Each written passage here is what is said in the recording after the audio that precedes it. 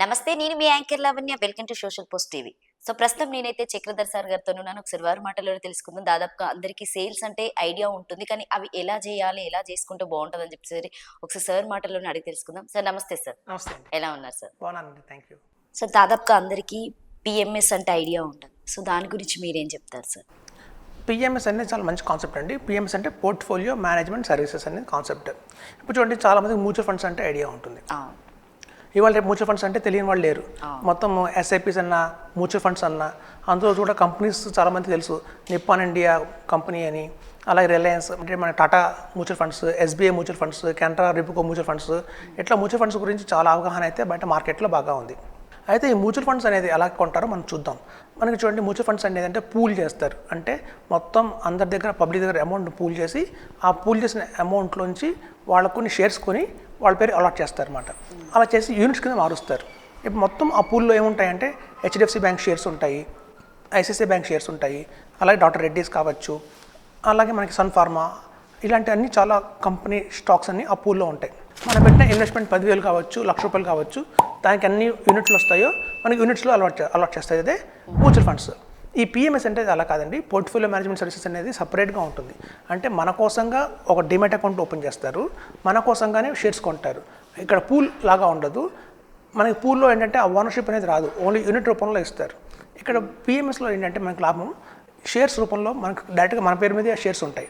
కాకపోతే ఏంటంటే పిఎంఎస్లో మినిమం వచ్చి 50 lakhs ఇన్వెస్ట్ చేయాలండి. 50 lakhs ఇస్ మినిమం ఇన్వెస్ట్మెంట్ ఉంటుంది.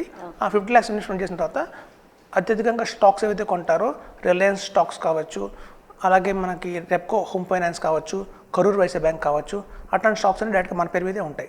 వాళ్ళు కేవలం హ్యాండిల్ చేస్తారు. అంటే ఏ షేర్ కొనాలి, ఏ షేర్ అమ్మాలి అనేది చూడటం మాత్రమే పిఎంఎస్. ఒక బెస్ట్ ఎగ్జాంపుల్ చెప్పాలంటే అపార్ట్మెంట్స్ ఉన్నాయండి. మనం ఫ్లాట్స్ కొంటాం.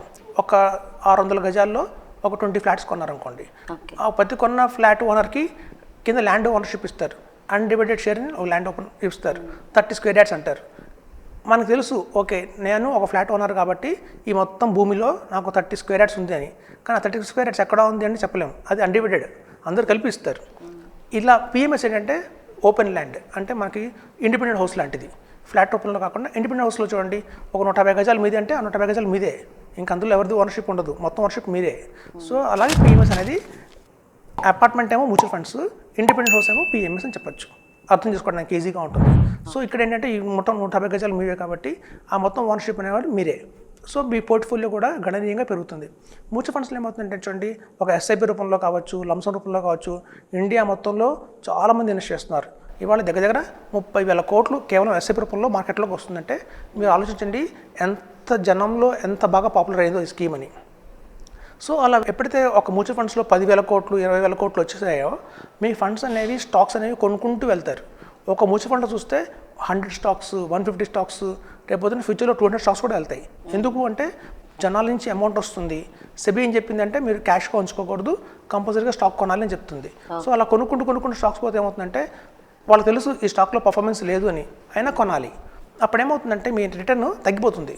మీకు 30 స్టాక్స్ మీద వచ్చే రిటర్న్ 60 స్టాక్స్ మీద వచ్చే రిటర్న్కి డిఫరెన్స్ ఉంది. 30-60 స్టాక్స్ ఉంటే రిటర్న్ ఎక్కువ వస్తుంది.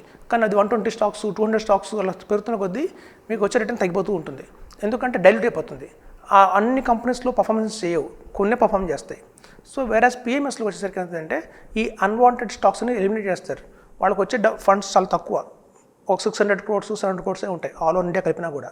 సో తక్కువ ఏముంటుంది కాబట్టి అన్నెసరీ స్టాక్స్ కొనకుండా కేవలం క్వాలిటీ స్టాక్స్ మాత్రమే కొనిపెడతారు. కాబట్టి మీకు గణనీయంగా 30% 40% రిటర్న్ వచ్చే అవకాశం చాలా ఉంది. సో కాబట్టి ఒక తమ్మురులు ఉందండి పిఎంఎస్లో, 20 crores in 20 years. అంటే కేవలం ఒక 50 లక్షలు ఇవాళ మీరు ఇన్వెస్ట్మెంట్ చేసి వదిలేస్తే 20 yearsకి 20 crores దాకా కూడా మీ వాల్యూ అనేది క్రియేట్ అవుతుందని చెప్పి ఉంది. సో మనకి ఈవెన్ ఎవరైనా 1 crore ఇన్వెస్ట్మెంట్ చేస్తే 15 yearsలోనే 15 crores అయితే వస్తుంది. సో కాబట్టి PMS is the best investment అని చెప్తున్నాం. ఇందులో కూడా చాలా రకాలు ఉంటాయండి, మనం ఇంటెప్గా చూద్దాం నెక్స్ట్ ఎపిసోడ్స్లో. సో ఇది చాలా ఎక్సలెంట్ ఉంటుంది. సో ఎక్స్ట్రాడినరీ అంటే మ్యూచువల్ ఫండ్స్ కంటే మించి రిటర్న్స్ వచ్చేది PMS. Okay sir, thank you sir. Thank you అండి. చూసారు కదా, మీకు కనుక ఈ వీడియో నచ్చితే లైక్ చేయండి, షేర్ చేయండి, కామెంట్ చేయండి, పక్కన ఉన్నటువంటి బెల్ కనుక కంపల్సరీగా కొట్టండి. ఒకవేళ మా ఛానల్ని కనుక ఇప్పుడే చేస్తే కంపల్సరీగా మీరు మా ఛానల్ని సబ్స్క్రైబ్ చేసుకోండి. సో ఎవరికైతే డౌట్స్ ఉంటాయో కంపల్సరీగా మీరు కామెంట్ రూపంలో కూడా కంపల్సరీగా తెలియజేయండి. Thank you.